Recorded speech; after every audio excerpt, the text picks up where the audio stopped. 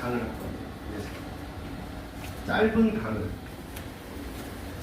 한쪽 진찰실 구석에서 꽃길이니 그대를 입는다. 꽃길이는요, 잘 아시잖아요. 베란다에 그 작은 엄나무같이 이 가시가 달렸는데 그 꽃이 하얀색, 뭐 노란색, 빨간색 아주 다채롭게 펴요. 창문 불량은 햇살을 다 털어먹어도 이렇게 창문 불량이라는 것만큼이 창문만큼 해가 지금 쫙 두는 거예요. 햇빛이 오래 버텼어요. 그건 오타입니다. 그리 오래 버티지 못한으로 바꿔야 돼요. 그리 오래 버티지 못한 그녀의 증세를 점검한다. 입 짧은 가을 이랬어요. 식성이 까다로워서 밥알 세듯이 밥 먹는 사람으로 입 짧다 그러잖아요. 개걸스럽게 먹지 못하는 사람을 대체로 입 짧다고 그러거든요. 근데 옛날에 그래서 속담에 입 짧은 사람한테는 돈 빌려주지 말라고. 왜 그러냐면 건강하지 못하다는 얘기죠. 돈 빌려주면 당신 받을 확률이 없으니까 입 짧은 사람한테는 돈 빌려주지 말라고 그랬습니다. 어느새 병원에 없는 인부들을 불러내 화단을 시공하고 걷어낸 풍경 멋쟁만이 두어 장 남아 늦가을이죠. 달력 속으로 들어간다. 순간 공복 중인 우주와 눈 마주치는. 공복이라는 것은 뭐냐면 배가 비어있는 상태를 말하는 거예요. 허기라는 것은 배가 고픈 느낌이거든요. 시적으로 말하면 공복보다는 허기가 훨씬 시적으로 가까워요. 예. 그래서 공복은 텅 빈 우주를 얘기하는 거죠. 그거를 보는 거죠. 눈 마주치면서. 진료 기록부에도 없는 고요한상 무상으로 받고 서 있는 고요한상. 좋죠. 무상은 공짜로 받는 겁니다. 그러니까 이처럼 이미지는 그 표현의 구체성을 높여줘요. 그러니까 시의 주제나 중심 사상을 파악하는 데 아주 중요한 역할을 하거든요. 그러니까 이미지라는 것은 그 기능으로서는 신선미가 있고요. 간결성이 있고요. 강렬성이죠. 판기력이 있어요. 그러니까 이미지는 적절히 잘 사용하면 아주 좋습니다. 고요한상. 그러니까 이 고요한 것을 이미지로 표현을 한 거죠. 고요한상을 받는다. 이런 식으로요. 차도 없이 그만한 그녀의 병은 늦게 피곤하는 가을 탓이다. 그러니까 차도 없다는 것은 병이 호전이 되지 않고 있다. 그런 말입니다. 때로는 당연함을 부정하는 거예요. 예를 들면 소금은 짜다. 이러면 짜다는 생각만 고정관념을 갖고 있잖아요. 그런데 그 짜다는 그 속에도 5가지 맛이 있잖아요. 예, 짠 것만 있는 게 아니에요. 그렇기 때문에 보는 것이 마땅히 그래야 한다고 받아들이면 변화는 존재하지 않아요. 그리고 상대방이 나와 다르다고 해서 그걸 부정하면 안 돼요. 다름을 인정을 해야 돼요. 상대방과 내 생각이 다름을 인정하는 것이 어찌 보면은 시적인 표현인 것이죠. 여자를 펼치다를 한번 낭독을 통해서 들어보겠습니다. 우리 그 김충남 선생님 나오셔서 여자를 펼치다 낭독해 드리겠습니다. 여자를 펼치다. 엄청수. 바다를 펼치다가 손을 베인다.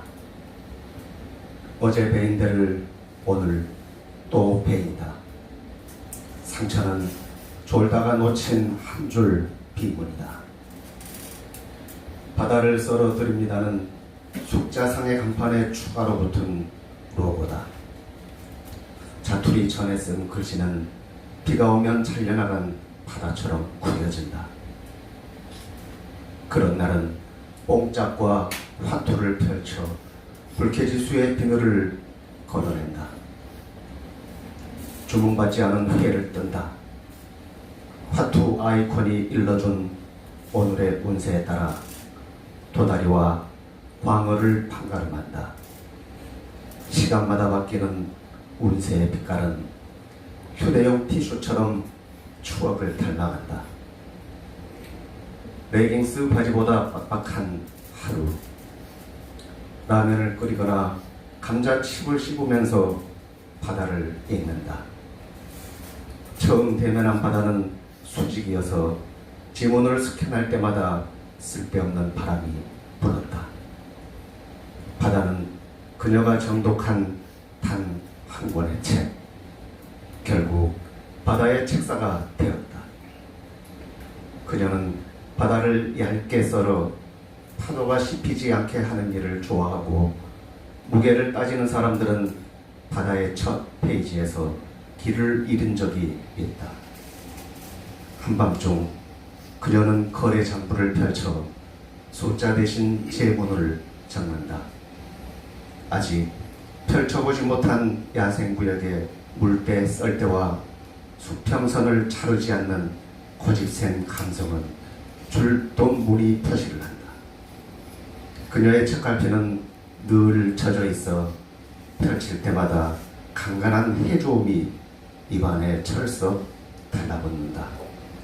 그녀는 계절도 없이 살아나는 바다다. 네, 감사합니다. 여자를 펼치답니다. 여기는 순천에 있는 그 여자만 난 이름입니다. 네. 바다를 펼치다가 손을 베인다. 결론부터 말씀드리면은 회를 썰다가 손을 베이는 거죠. 어제 베인 데를 오늘 또 베인다. 상처는 졸다가 놓친 한 줄 비. 네. 상처가 난 것은 깜빡 졸면서 지금 하는 거예요. 얼마나 보디면 그러겠어요. 바다를 썰어드립니다. 숫자상의 간판에 추가로 붙은 부분. 얼마나 멋있어요, 이 간판이. 바다를 썰어드린대요. 장사하시는 분들은 이런 그 아이템이 필요한 것 같아요. 숫자상의 간판에 추가로 붙은 노고다. 노고는 이제 문자나 도형이죠. 자투리 천에 쓴 글씨는 비가 오면 잘려나간 바다처럼 구겨진다. 그런 날은 뽕짝과 화투를 펼쳐 불쾌지수 비늘을 걷어낸다. 이제 비가 오면은 횟집은 좀 잘 안 되잖아요. 그래가지고 그 종업원들이나 또 이웃집 사람들 모여서 화투도 치고 또 노래 틀어놓고 같이 노래도 부르고 그런 어떤 모습입니다. 주문받지 않는 회를 뜬다. 아, 자기들이 먹으려고 그러겠죠. 화투 아이콘, 기호나 그림이죠. 아이콘이 알려준 오늘 운세에 따라 도다리와 강물을 판가름한다.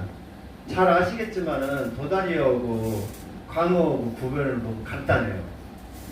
이빨이 있는 것은 광어고요. 이빨이 없는 것은 도다리예요. 이 손으로 이렇게 집어도 금방 아시죠. 저도 옛날에 바다 낚시 다닐 때 금방 알게 됐거든요. 뭐 좌광우도라고 그러잖아요. 좌측에 있는 것은 광어고 우측에 눈알이 있는 것은 가자미다. 그런 말이 도다리, 가자미가 도다리입니다. 그런 말이 있습니다. 시간마다 바뀌는 운세의 빛깔은 휴대용 티슈처럼 추억을 닮아간다. 레깅스 바지죠. 레깅스는 꽉 끼는 게 바지죠. 빡빡한 하루. 라면을 끓이거나 감자칩을 씹으면서 바다를 읽는다. 처음 대면한 바다는 수직이어서, 이 말은 뭐냐면 지금 바다가 휴대폰이에요. 휴대폰.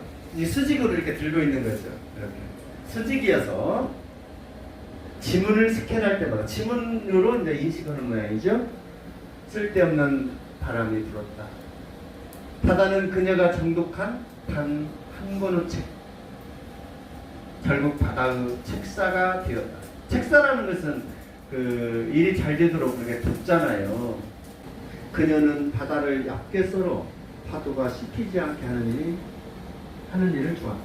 얼마나 그 회를 잘 썰으면 파도도 씹히지 않게 바다를 얇게 썰겠습니까? 뭐 회 딱 입으로 들어가면 바로 녹아버리겠죠. 네.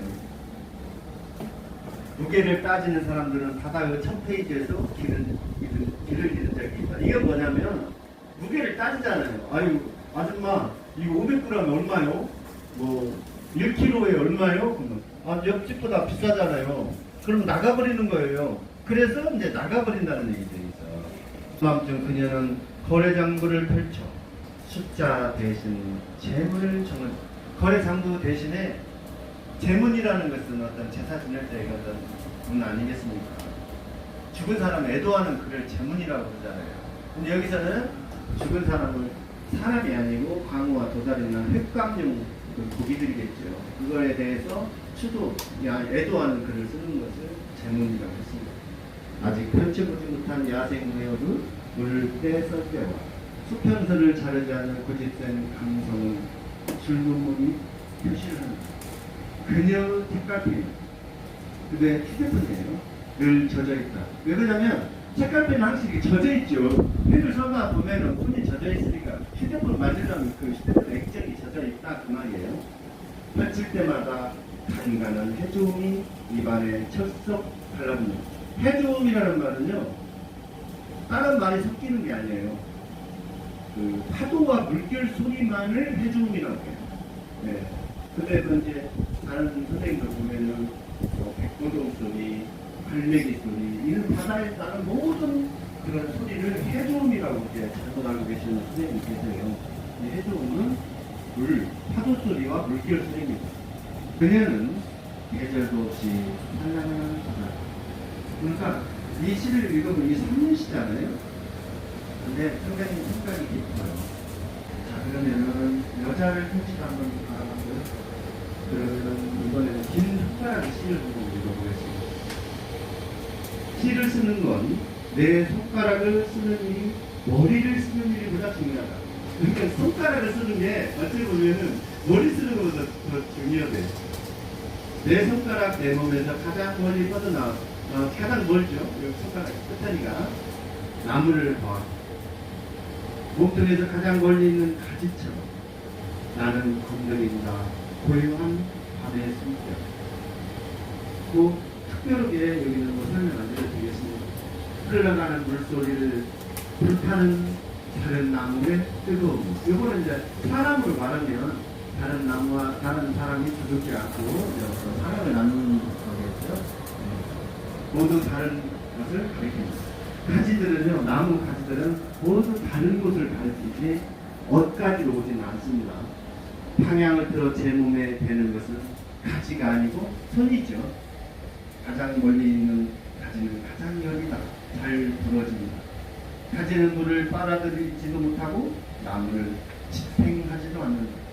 빗방울 떨어진다. 그래도 나는 쓴다.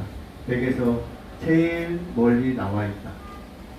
손가락 끝에서 시간의 잎들이 피어난다. 이건 시간의 잎은 뭐예요? 시죠. 시들이 피어난다. 나무 나왔으니까 나무에 대해서 좀 잠깐만 잘 아시겠지만 바로 가겠습니다. 숲이가 있어요. 숲이.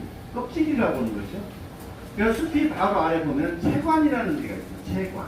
채관은 뭐냐면 영양분이 올라갔다 내려갔다 하는 것이에요. 그 다음에 이제 변제가 있어요. 채관 바로 보면 그 안쪽에 변제는 물이 이제 이런 것들이 왔다 갔다 하는 그거는 수분을 하는 거예요. 그 다음에 심재가 있거든요. 심재는 어떻게 보면 죽은 곳이에요. 나무를 집행하는 거죠. 근데 변제와 심재 사이에 형성층이라는 것이 있어요. 형성층. 형성층은 부름표라고 그러는데 나무를 굳게 만드는 거예요. 나무를 굳게 만들어지면 심재는 자꾸 굵어지겠죠, 속에서. 그리고 나무는 이제 우등지에서 키가 큽니다. 제가 그 퀴즈를 한번 내볼게요. 나무가 딱 1m가 딱 컸어요. 그러면 거기서 조금이라도 높아지겠습니까? 줄어들겠습니까? 나무는 몸통으로 만약에 1m가 이렇게 올라가잖아요. 여점에서는 우둥지에서만 크지 거기 올라간 지점에서는 단 1mm도 않고 올라가요. 1mm도 않고 올라가요. 사람은 컸다가 줄어들잖아요. 저도 키가 3cm가 줄어들었어요. 컸다가 줄어들잖아요. 나무는 절대 줄어드는 법이 없어요. 그걸 제가 그 옛날에 대학 다닐 때 아르바이트를 좀 했는데 조편수님을 좀 따라다녔어요. 조편수님이 그렇게 높으신 줄 몰랐어요. 목수를 한 20명씩 거느리고 그 일을 하거든요. 그분이 항시 목수들 밥 먹을 때 이런 말을 해요. 야 이놈아, 나무 우 아래를 바꿔서 연자를 건다거나 우아래를 바꿔서 기둥을 세우면 너는 천벌을 받는다. 그 말을 이제 이해하는 거예요. 그건 정말이래요. 나무를 이 깎으면 이 아래가 어딘지 모르잖아요. 근데 목수들은 그걸 알아요. 이게 지금 위쪽인지 아래쪽인지 밑둥인지를. 근데 이거를 바꿔서 기둥을 세우잖아요. 그 집 저도 천벌을 받고 그 집 주인도 천벌을 받는다 했어. 그러니까 주인이 천벌을 받지 않기 위해서는 네가 정말 최선을 다해야 된다. 그런 말을 아주 많이 들었습니다. 나무에 대해서 잠깐 알아봤으면 넘기겠습니다. 괄호 안에 하나 넣어보겠네요. 그 저물력 눈발인데요. 이 두 수로 된 시조입니다. 한번 읽어보겠습니다. 마른 눈발이 홀령인 듯 날고 있다. 홀령이에요. 홀령인 듯. 외양간 염을 통호 김과 잠시 몸을 섞는 풀풀풀 어둠을 쪼며 앉을 자리 찾고 있다. 동창 불빛에 놀라 흠칫 물러서다가도 떡갈나무 울타리의 마른 입에 살짝 앉아 굴뚝새 숨어든 뒤 우란 눈발 소리 듣고 있다. 언뜻 보면 뭐야 이게 나도 쓰겠는데 아주 쉬운데 이렇게 생각할 수 있어요. 근데 여기 고난이도의 어떤 작법이 들어가 있습니다. 마른 눈발에 어떤 시인의 마음이죠. 말랐다. 눈발이 말랐어요. 푸석푸석한 것도 아니고 마른 눈발이라고 그랬거든요. 홀령인 듯 날고 있다. 위안간 염을 통해 김과 잠시 몸을 섞는. 어렸을 때도 보면은 위안간 염을통은 그 노천에 있거나 바로 처마 밑에 있어서 눈이 오면은 염을통에 김과 눈이 이렇게 마주치면 바로 녹아버리잖아요. 그런 모습입니다. 풀풀풀 어둠을 쪼며 앉을 자리를 찾고 있다. 그러니까 눈이 지금 오면서 앉을 자리를 찾고 있는 거예요. 눈이. 자 보세요. 그런데 봉창이라는 것은 그 큰 문 옆에 둥그렇거나 네모지게 문을 뚫어놓고 안쪽에서 창호지를 바르는 거예요. 빛이 새어나가거나 이렇게 볼 수 있도록, 또 바깥을 엿들을 수 있도록, 누가 왔나 엿들을 수 있도록. 그런데 나중에 그 봉창에다가 이제 그 유리를 이만하게 붙여놨잖아요. 그래서 그걸 쳐다보고 그랬습니다. 봉창 불빛에 놀라 흠칫 물러서다가도, 흠칫이라는 것은 깜짝 놀라서 뒤로 딱 이렇게 물러서는 거예요. 사람이 있었네? 네, 지금 물러섰어요. 그 다음에 그 눈발 하나가 떡갈나무 울타리의 마른 입에 살짝 앉았어요, 지금. 그 시인이에요. 시인이 떡갈나무 지금 이파리에 눈발이 하나가 시인인데 하늘에서 내려왔어요. 그 눈발 하나가 지금 떡갈나무 마른 입에 앉아있어가지고 앉아서 뭐러냐. 굴뚝쇠 숨어든 뒤울한 눈발 소리 듣고 있어요. 참 대단한 거죠. 왜냐면 이게 그냥 보통으로 나오는 게 아니에요. 시인이 눈발이 돼서 떡갈나무 입에 지금 앉아서 뒤우란에 내리는 눈발 소리를 듣고 있는 거예요. 정말로 그 저녁 풍경을 그 접사하듯이 이렇게 보고 있는 겁니다. 그러니까 저녁에 모든 생명이 제각기 기수하잖아요. 네, 기수해서 가게를 꾸리고 또 이렇게 밥을 먹으면서 얘기도 나누고 그러잖아요. 아주 소담한 풍경입니다. 근데 여기서는 우리가 봐야 할 것은 마른 입에 살짝 앉아있는 시인. 그 시인이 뭐를 하고 있어요? 눈발 내리는 소리를 들으려고 거기 마른 입에 앉아있는 거예요. 그러니까 이걸 집중적으로 이렇게 들어가 보면 가장 쉬운 언어로 이렇게 썼잖아요. 아까 그 추상명사 아주 정멸이나 무상이나 뭐 겁이나 이런 말을 쓰지 않았어도 충분히 우리 마음 감성과 느낌을 터치하고 있습니다. 좋은 시조 한번 읽어봤습니다. 주어진 힘으로 시 재구성하기네요. 도라지입니다. 5개의 화관을 짠다. 화관이 꽃잎이 5개예요. 낯선 건기 지나. 건기 지난다는 우기로 가는 거예요. 이제 꽃 피기 시작해요. 네. 꽃물 터지는 소리. 무엇에도 휩쓸리지 않는 성품과 포도즙에 담가낸 한지의 색 번진 그 자태로다. 성품이라는 거 잘 아시잖아요.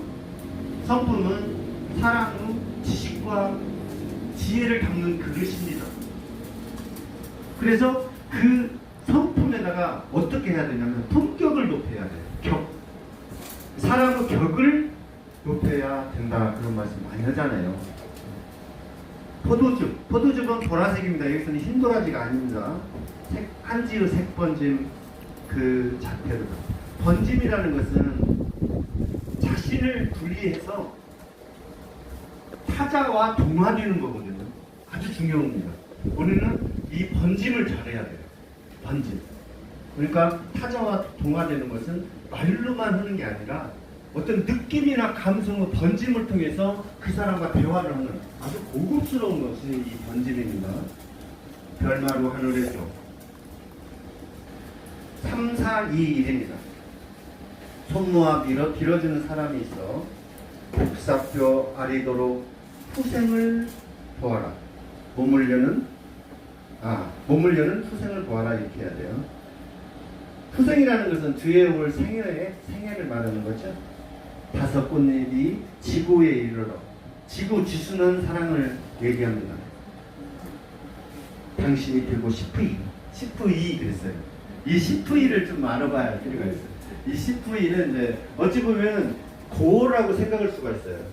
지금도 많이 활용할 수가 있거든요. 그러니까 이제 이 싶으이 하니까 옛날에 어떻게 사랑하는 사람들이나 연설을 쓸 때 이렇게 하는 것처럼 이렇게 이야기가 드는데 무엇을 하고자 하는 마음이나 의욕이 있음을 나타내는 말이거든요. 네, 이런 것도 한 번씩 써보면 좀 정감이 있습니다. 자, 첨사각입니다. 느낌표예요. 느낌표. 가끔은 물음표가 아니라 느낌표로 살고 싶다. 이게 느낌표는 이렇게, 물음표는 이제 꼬부라졌잖아요. 낚시바늘처럼. 느낌표는 후련하게, 여기서는 그 로켓이나 비가 오는 모습이죠. 끝이 날카롭게 휘어진 낚시바늘보다 거침없이 쏘아 올려지는 로켓처럼 후련했으면 좋겠다. 후련이라는 건 맺혔거나 답답함을 풀어내는 거죠. 여기까지는 문제 없습니다. 하늘 입구에 날지 못하는 지구가 외롭고, 이건 조금 어려워요. 그리고 이런 말은 선생님들께서 좀 고쳐볼 필요가 있어요. 저는 그냥 구처럼 떠돌던 마음에서 상처를 나눠 갖고 이렇게 썼거든요. 제가 원문은 그렇게 썼는데 이 부분은 고쳐야 할 필요가 있어요. 선생님께서 마음에 드는 구절로 고치면 좋겠습니다. 어디론가 욕망을 향해 충충히 걸어가는 사람들. 여기서 욕망을 향해 이거는 생략하도록 하겠습니다. 우리가 서로를 부르며 서로를 잊기로 할 때 내일을 무엇이라 불러야 하는지 이랬거든요. 근데 이 중간에 어떤 행을 하나 더 만들어야 할 것 같아요. 우리가 서로를 부르며 서로를 잊기로 할 때 돌아보면 낯선 얼굴뿐 내일을 무엇라 불러야 하는지 띄어쓰기를 해야 됩니다. 불러야 하는지. 다 가질 수 없는 꿈은, 다 이룰 수 없는 꿈은 마지막 새가 긋고 지나간 흔적 같은 것. 오래 망설이다 다시 밤으로 돌아가. 밤은 먹빛이 아니고요.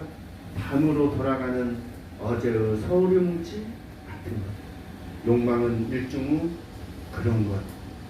혼자 남겨진 고립 속에 감긴 태엽을 재생하며 나보다 먼저 타인인 내가 물음표 속을 지루하게 걷고 있다. 속으로가 아니고요. 속을. 여기서 보여야 할 것은요. 나보다 먼저 타인이 되어버렸죠. 내가. 그러니까 나도 나를 잘 모르는 거죠. 왜 그러냐면 후련하지 않기 때문에. 일상생활이 답답하기 때문에 그러는 거예요. 나도 나를 잊어버릴 때가 많잖아요. 본인을 잃어버릴 때가. 그런 구절입니다. 하모니카 케이스처럼. 하모니카 케이스는 딱딱해요. 기타 케이스도 마찬가지고요. 딱딱한 표정. 내일은 느낌표 같은 비가 올까. 비가 오면 후련하잖아요. 로켓처럼 쏘아 올려져도 후련하고 비가 와도 후련하다. 그런 겁니다. 네. 자, 쉬었다가 하는 코너입니다. 부분 감상이네요. 하현입니다. 하현. 어제의 달을 오늘에게 또 달아주었다. 어제의 달이 있었는데 오늘 또 달아준 거예요. 전깃줄에 줄지어 앉았던 검은 새들이. 밤이니까 검은 뭐 하얀색인지 뭔 색인지는 모르지만 다 검게 보입니다. 아니 달이니까요. 남몰래 한 점씩 떼어가는 걸까? 하얀이기 때문에 그럽니다. 저 새들이 전깃줄에 앉아가지고 한 점씩 떼다가 어디로 물고 가는 거예요. 그러니까 하얀 달처럼 이렇게 딱 적어지는 거죠. 달의 모서리가 한층 수척해 보였다. 수척한 것은 몹시 야인 거죠. 달빛 쪽으로 걸어가는 사람의 그림자도 날마다 조금씩 야이어 갔다. 여기서 하연을 좀 볼 필요가 있어요. 하연은 달은 있잖아요. 동에서 서로 가잖아요. 제가 몇 번 얘기했습니다. 동에서 서로 가는데 처음에 초승달이 있죠. 초승달은 음력 2일이나 3일경입니다. 그 다음에는 이제 그 상현달이에요. 음력 7일에서 9일. 그 다음에 이제 보름달이 있죠. 그래서 보름달 다음에 하연달이에요. 하연달은 그 22일에서 23일 그때가 하연달이거든요. 그 다음에 금음이에요. 그래서 초승달을 사기라고 그래요. 보름달을 망이라고 그래요. 그러면 상망 이렇게 얘기하면 초승달에서 보름달까지 얘기를 하는 거예요. 네. 상망을 만약에 보름달에서 금음달까지 얘기하면 안 돼요. 시에서. 헷갈리지 말라고 제가 이렇게 말씀드리는 거예요. 이 중요해요. 이게. 왜 그러냐면 달이라는 그 소재가 너무 많거든요. 그래서 중요해서 제가 말씀드려보겠습니다. 어차피 저 3월 월식 아래 나오는데 월식은 뭐고 일식은 뭔지 한번 알아보겠습니다. 월식이라는 것은 달이 지구 그림자에 숨는 거죠. 네. 달이 지구 그림자에 숨어버리는 거예요. 그래가지고 태양, 지구, 달 일직선이 돼야 돼요. 태양, 지구, 달. 네. 그러니까 달이 제일 마지막에 있는데 지구 그림자에 숨는 것을 원식이라고 보고요. 그럼 일식은 어떻게 되냐면은 태양이 달에 가려지는 거거든요. 그럼 아까 그 순서가 바뀌어져야 되잖아요. 그러면 지구, 달, 그 다음에 태양 이렇게 되는 거예요. 그러면 이제 일식이에요. 그러면은 또 이런 게 있어요. 가끔 시를 읽다 보면 백도라는 말 나와요. 뭐 복숭아 아닙니다. 백도는 달의 천구상의 궤도를 얘기해요. 달이 다니는 길. 그게 백도예요. 그 다음에 가끔가다 또 황도라는 말 나와요. 황도. 황도는 태양의 거북이 경로라고 해요. 그건 뭐냐면 이 태양은 북박이에요. 그대로 있는데 태양이 마치 별들이 이게 돌아다니니까 태양이 흘러가는 것처럼 보이거든요. 태양은 덕북이 이렇게 돼요. 태양은 그 자리에 있지만 별 때문에 태양이 가거든요. 그러니까 이것으로 황도라고 그래요. 아는 필요가 있어서 제가 한번 살짝 했습니다. 그러니까 이 하연은 굉장히 중요한 말인데 왜 하연이 되냐면 검은 새들이 쪼아먹어서 하연이 되는 거예요. 그러니까 하연 따를 때는 우리 어머니들을 많이 대비를 했을 거예요. 저도 많이 하거든요. 왜냐하면 어머니는 자식을 위해서 모든 살과 정신을 다 내주거든요. 자식들이 검은 새나 마찬가지예요. 자식들 다 쪼아먹는 거예요. 어머니 보면. 그래서 어머니 보면 그게 야인 거죠. 꼭 일만 해서 그런 게 아니에요. 자식들 때문에 노심초사하고 근심 걱정하기 때문에 하얀 딸이 되어버리는 거예요. 그래서 저도 시를 쓰면은 그 하얀 딸에 대해서 물론 하얀 딸 소면을 제가 거의 50~70년 됐지만은 하얀 딸 소면하겠어요. 저는 이 달에 대해서 많이 썼는데 이 달로 제가 많이 좀 성공을 거뒀어요. 그 국무전에서도. 그래서 제가 달을 좀 연착이 있어서 말씀드려봤습니다. 나무 나이입니다. 아주 이게 좋은 시예요.